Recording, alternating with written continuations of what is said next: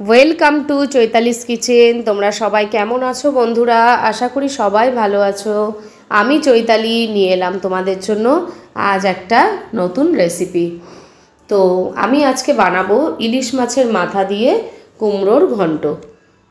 তো কুমড়ো তো আমরা কম বেশি সবাই খেয়ে থাকি। তো এইভাবে ইলিশ মাছের মাথা দিয়ে কুমড়োর ঘন্ট একবার ট্রাই করবে বন্ধুরা।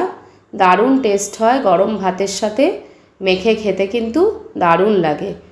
তো অনুরোধ করব বন্ধুরা, ভিডিওটা স্কিপ না করে পুরোটা দেখার, এবং যদি ভালো লেগে থাকে অবশ্যই লাইক কমেন্ট করো, শেয়ার করো। আর যারা নতুন বন্ধু আছো তারা আমার চ্যানেলটাকে সাবস্ক্রাইব করে পাশে থেকো।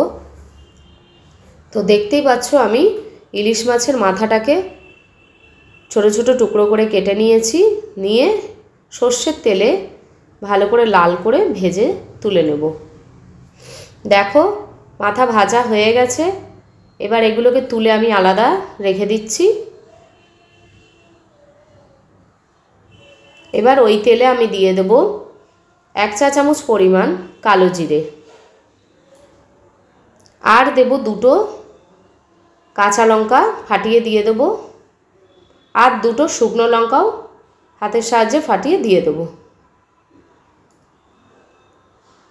এবার ওগুলোকে একটু নেড়ে চেড়ে ওর মধ্যে আমি কেটে রাখা ডুমো ডুমো করে কেটে রাখা কুমড়োগুলোকে দিয়ে দিচ্ছি।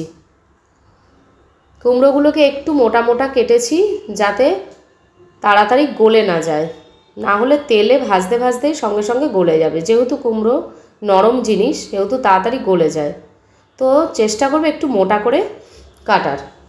তো দেখতে পাচ্ছ লম্বা লম্বা মোটা মোটা করে কেটে নিয়েছি কুমড়োগুলোকে। এবার ওই কালো জিরে আর কাঁচা লঙ্কার সাথে ভেজে নেব। কিছুক্ষণ এইভাবে আমি ভাজতে থাকবো। পরিমাণ মতো লবণ দিয়ে দিচ্ছি, আর দিয়ে দেব পরিমাণ মতো হলুদের গুঁড়ো দিয়ে কিছুক্ষণ এবার এইভাবে ভাজতে থাকবো। একটু ঢেকে দেব যাতে কুমড়োটা একটু সফট হয়, নরম হয়ে যায়। ভাজা ভাজা করে আমি এখানে ঢেকে দেব।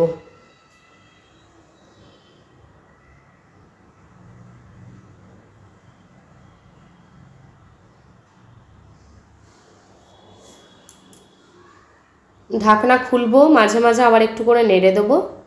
পরিমাণ মতো একটু চিনি দিয়ে দিলাম স্বাদের ব্যালেন্স আনার জন্য, নুন মিষ্টির ব্যালেন্স হবে। আর মাছের মাথা যেগুলো ভেজে রেখেছিলাম সেগুলো এর মধ্যে অ্যাড করে দিলাম। আরও কিছুক্ষণ আমি এইভাবে কষে নেব, আবার একটু ঢেকে দেব। আর একটু মজে গেলেই আমি এটাকে নামিয়ে সার্ভ করে দেব। এটাতে আদার্স কোনো মশলা দেব না, এটা এমনিই টেস্ট হয়।